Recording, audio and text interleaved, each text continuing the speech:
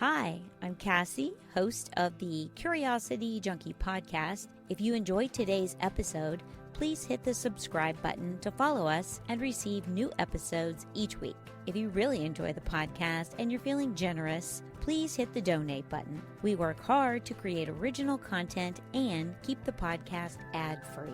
Today's guest is here to talk about racism. Please welcome Mycheal Gamble to the podcast.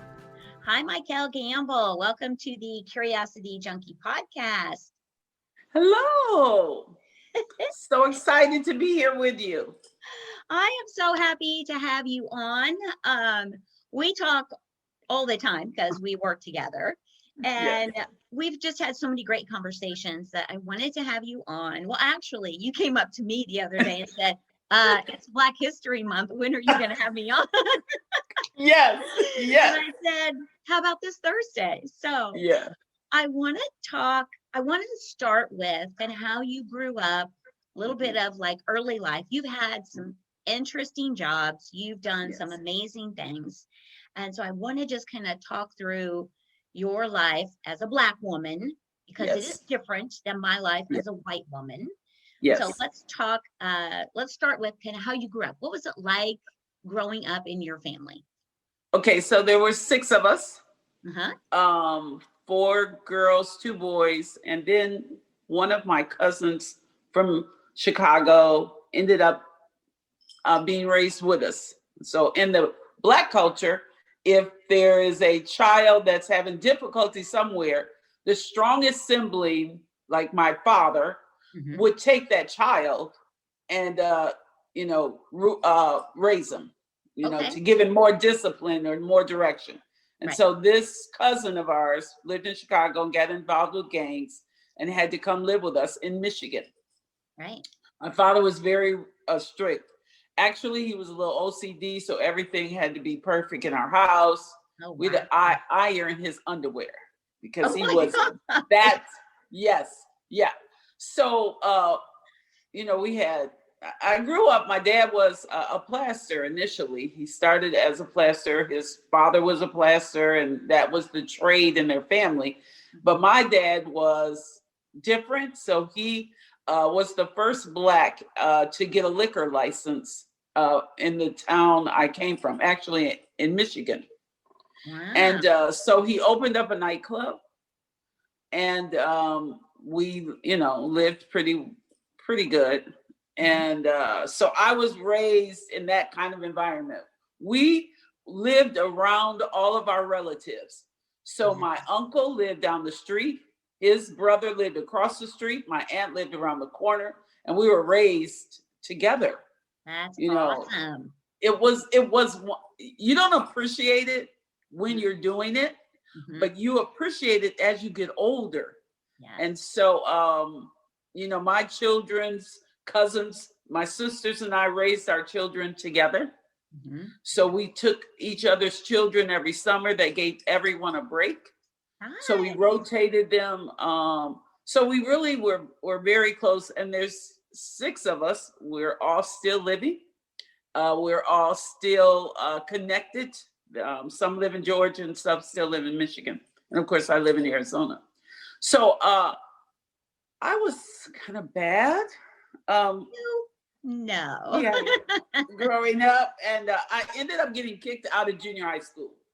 I beat a girl up and I got kicked out and almost ended up in juvenile home. But because my dad was connected politically and he owned a business, he said he would take care of me. And so I ended up going to an all-white school. I got kicked out of my school and I ended up in an all-white school. Wow. And so before, was it all Black or what? We had 2 white families, another family with the same last name as ours, that was White Adams, and a Hollingsworth. Kathy Hollingsworth. She was in my class all the way through elementary school. I love it. Those were the white families that lived in our area. But if you know anything, so if you know about Michigan, you know about Michigan State and University of Michigan. Well, we lived in Lansing, which was connected to East Lansing, is where Michigan State was. Okay. So we have a very rich our elementary school still has reunions, and our junior high school just stopped having reunions. Oh my So goodness. every so many years, we all got back together. That's fantastic. And just amazing history. Mhm. You know, we all live, we are still very connected. I'm still connected to my 4-year-old girl. She was 4 and I was 4. We went to high school together, junior high school together, still very connected.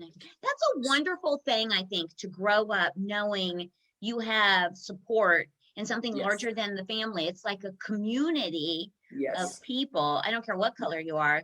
That is a powerful way to grow up. Yes. Yes. And it instills principles in you and values in you. So remember, well, you don't know, but I grew up, I was in the NAACP. I was a junior representative. I ended up going to New Jersey as a representative from Michigan to the national conference.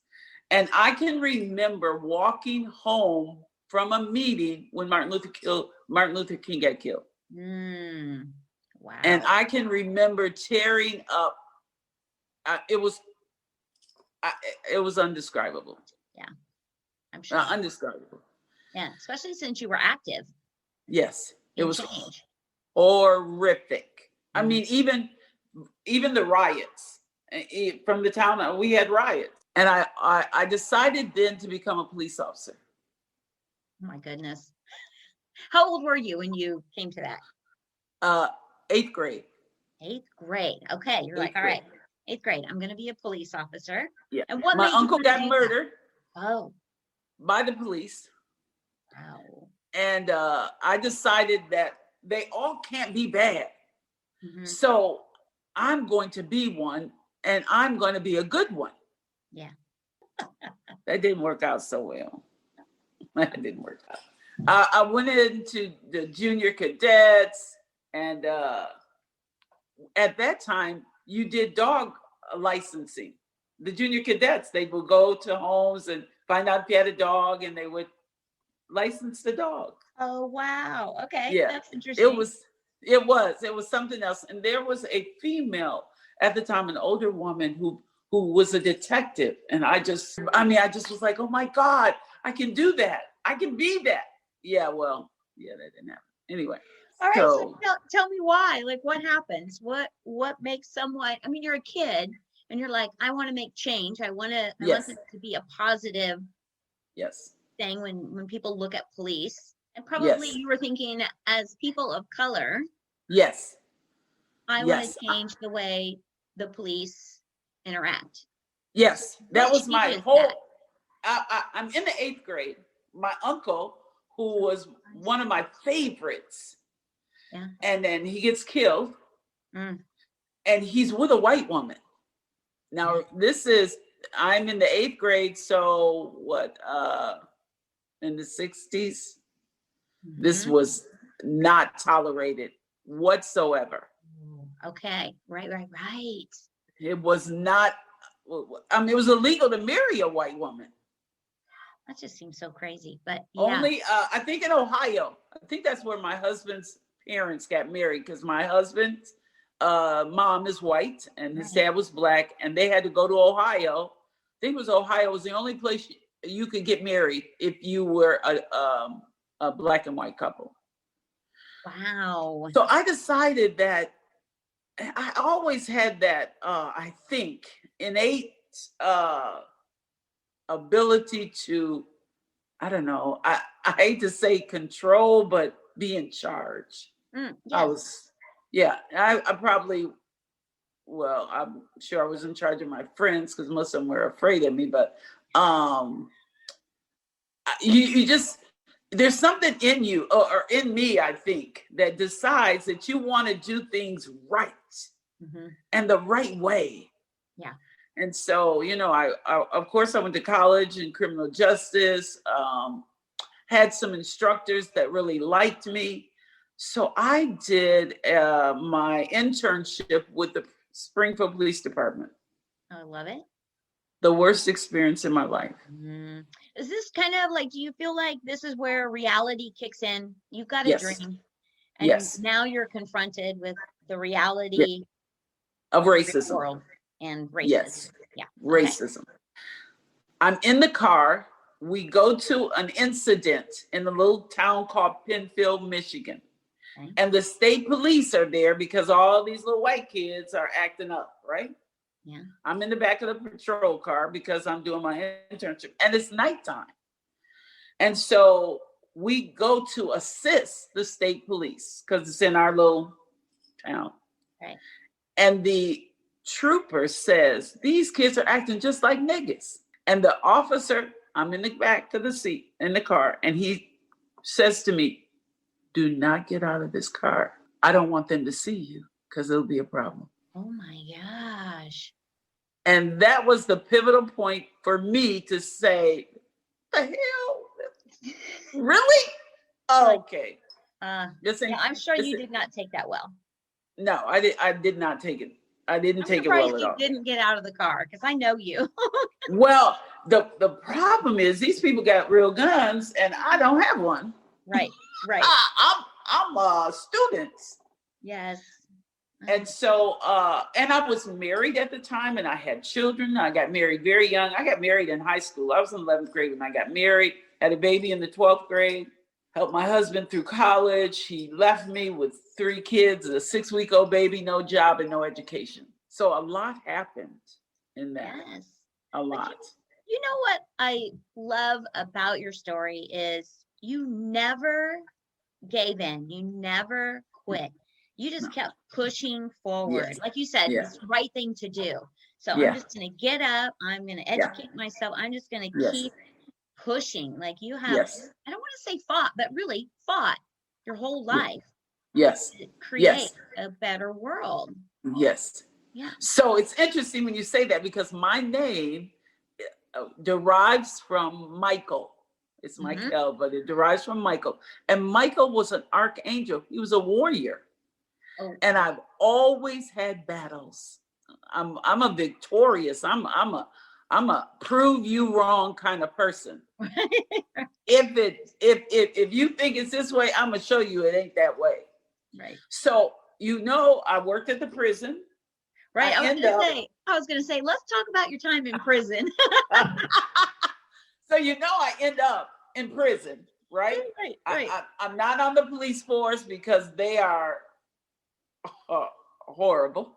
Mm-hmm. I interview a couple of times to be a police officer, and they asked me about my sex life. What? Oh, they asked me questions that are illegal, but I didn't know. Right.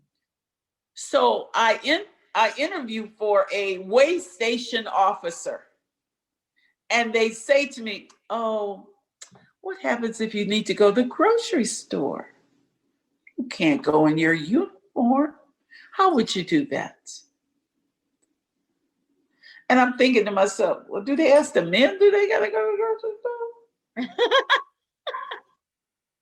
I don't think it's right, but hey, I'm just trying to get a job.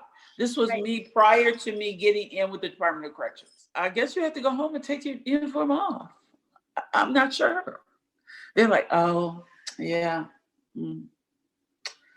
I don't think you'd be able to do that. Yeah. Wow. Yeah, it was so illegal what they did to me. It's unbelievable nowadays. So, of course, we'll roll ahead, and I end up calling my girlfriend and saying to her, I don't know what I'm gonna do. I got these kids. I don't know job. She says, call the guy that was in charge of the Department of Corrections, the HR person, was a pastor, Bicey. She said, call Reverend Bicey. He's in charge of hiring for the department. I had scored in the top band, meaning I got 98% on the test. Right. So they couldn't eliminate me because, sorry, I happen to also be smart. Yeah. So I call him and he sets up an interview with me for the Department of Corrections. Nice. And I get hired immediately.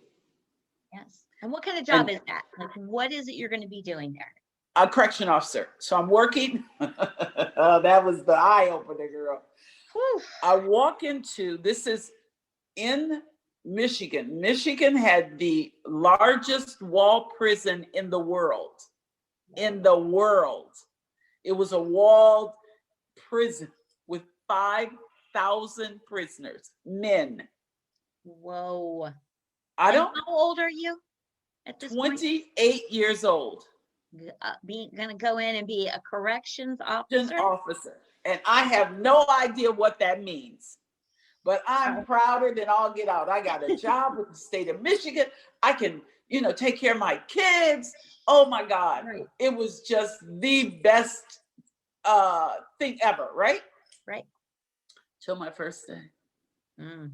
So you go through 6 weeks of training outside, you're in classroom, you learn to say no. Prisoners want to offer you things. You're like, oh, no. They teach you, right? How to do that. You teach you Aikido. That was a self-defense martial art to help protect you. You don't have a gun, it's you and them. And your ability to communicate to them, you mean business. Wow. So then, my first day on the job. So I live in a city and I have to drive 30 miles to my job. Okay. It's a good drive. I didn't have a car. Oh, wow. I didn't have a car. So I got on the website. There was you could, I forget what you call it. You could connect with someone that also worked there and you could meet them and you would ride with them. It was like a ride share program. Right. Okay. Very cool. I did that. And I got a ride to work. See, you don't give up. Then I met a girl who I could stay with during the week. I got the kids babysitted and I could stay there while I did because you had to do so many weeks before you were permanent, officer. Okay. Girl, I walk inside that penitentiary and I'm looking around and they release the men into this big yard and they're next to you. And I'm like, what the hell? What happened? I was so scared. I didn't know what to do. I can't even imagine. This guy walks up to me and he says, I look at him. It was one of my ex-boyfriends. Oh my God. I'm not kidding. He walks up to me and he says, I want you out of here by the summer. I'm like, oh, okay. I don't know how I'm gonna get out of here because I gotta have a job. So he said, don't worry about it. I got you. Nobody messed with me. Wow. Can you imagine? You are 28 years old and you're in the midst. Well, first of all, the first reckoning was, this is where the black men are. They're in prison. The hell? It was crazy. I've never seen so many black people in my whole life in one place. Oh my God. Okay, that's sad too. It was sad, but statistically, there were more whites in prison then in 1982 than blacks. Really? Yes, statistically, yes. If all in the whole United States. Right. But there were so many black men, I just couldn't believe it. I was in awe. That's where you were. That's where you were. Oh my God. Like you're in college. Oh my God, hey, how you doing? It was crazy. So my first prisoner encounter was a prisoner wanted me to bring him a prenup file. Hey, just the Emory board, the paper ones, you use them, right? Well, that's your first encounter with, are you going to do? I'm like, you know me. I do. You done lost your mind. If you think I'm getting ready to lose my job to bring you in, hey, I don't bring anything in and I don't take nothing out. Know that. And that's how you had to be. Yeah. And so you build up this demeanor, which I already kind of had from elementary school. You had a little tough girl in you. Yeah. Yes. Yes. And actually, being through your husband leaving, you got to raise these kids, you build up that defense mechanism that enables you to just keep moving, just keep rolling, keep pushing through. And that's what happened. Do you think it's really a defense, or do you think it's like survival mode? You go into survive. Yeah. I've got to survive. I will do whatever it takes to survive, get my kids taken care of. Yes. Yeah. I had to survive the white men in the prison who were in charge, because I'm a Black woman in 1982 in a male prison. All of the guards, 90% of the guards officers are white. The captain tells me, you smell too nice, you look too nice, we're going to get you fired. He tells me that. Yeah. Wow. And I'm telling you, for 25 years, they worked on trying to get me fired. But they couldn't. Kidding.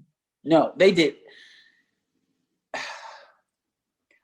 Unimaginable. One of the young women that got a job in the prison, they killed her in the prison. Josephine. I'll never forget that. Yeah, they killed her. And of course, they blamed it on a prisoner. It wasn't. And those are you got to battle the prison. You got to battle the prisoners, and you got to battle the staff. I ended up, of course, because I ended up going to college, getting my degree, and promoting. Women sued the Department of Corrections and a class action suit that enabled us to now promote and work inside prison units. Nice. I was part of that class action suit. I got promoted. And I'm telling you, the battle was just beginning. It got worse as you... Oh, yeah. The higher you get, the worse it got. Wow. And I ended up, captain, a lieutenant, an inspector. I ended up promoting higher, but the higher I got, the worse it got. I mean, the battle was just trying. I got wrote up 21 times. Or like what? Give me an example of something that they would write you up. You looked at me like you were going to kill me. You said, hey, so be it. Really? Yes. You got written up for that? Yes. And suspended. Oh, yeah. It was, when you think of all of the, I think of John Lewis and Good Trouble. Mm-hmm. Okay. You don't realize you're making ways and opportunities for other people, because I ended up being a recruiter for the Department of Corrections and hiring thousands. I started, there were only 5,000. When I left, there were 25,000 employees. Oh my gosh. Wow. There were 10 prisons when I started and 42 when I left. I can't even imagine. And you are making inroads. You're digging roads for the women that are going to come, because there were very few women and very few Black women when I started. And it was horrific. Yeah. I mean, my husband died while I was working. He was a deputy warden. Right. And my deputy told me, if you buy a new car, I'm going to call the IRS on you. And why? I didn't even rush. It didn't, what is that? I had a captain who liked me, and they told him, you write her up. And he said, for what? Make something up. And he wouldn't. And they put him on midnights. Oh my gosh. Him and I are still friends to this day. This man said, I will not write her up for nothing. Good for him. But there are the captain that did. Yeah. We don't like the color of your socks. Yeah. Anything they could. So you do this for 25, 30 years? 25 years. 25 years. I can't even imagine. I don't know that most people would have lasted a few. What do you think the average is that someone does that job? Okay, so I had 2 daughters that I got jobs there. Mm-hmm. One is still there. She's got 23 years in, and one lasted 2 years. Okay. Yeah. So there could be some longevity there. And I would imagine it's not staying in the, what would it be, where the prisoners are, but advancing yourself. Yes. Officer rank. Under that. Mm-hmm. Yeah. You officers. So like prisons, I'm sure most of the viewers know about Detroit, Michigan. Detroit is, percent Black. Well, they had 2 prisons in Detroit, and those were managed by most Black officers. Right. But I worked in Ionia. If you can just say Ionia. Ionia. Yeah, just say Ionia was all white. It was all white town. Wow. And here I'm driving into, and me and a few other Black officers are driving into Ionia, KKK. Wow. And you got to put up with the city you in. You got to put up with the prison you in. Got to put up with the prisoners. Imagine that. Workers. No. Yes. Yeah. I can't. Yeah. So your strength to me, I mean, that just says volumes about who you are and the strength that you have to just persevere, because you stayed for 25 years. Yes. You advanced the whole time. You educated yourself. Yes. You just continued to be a better human being.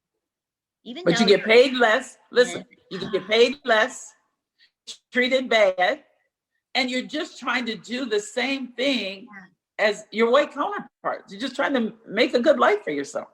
Yeah. So imagine for all of these years, 68 years, you've been hustling, you've been struggling, you've been pushing. Even the job that I currently have, they've been in business 35 years. I'm the first Black they've ever hired. Mycheal Gamble and I want to say thank you. Thank you for tuning in, listening, and watching to part 1 of this 2-part series. Mycheal and I wanted to share an open and honest conversation between friends about racism, white privilege, and how we all just want to be loved and to belong to something bigger than ourselves. Join us next week for part 2 of this series on racism. You will find links in the description to connect you with systemic racism statistics, talks, and books. There are some amazing humans having difficult conversations about systemic racism and how we can work to eliminate it. Thank you again for tuning in, listening, watching. Stay safe, stay curious, and I'll see you next week.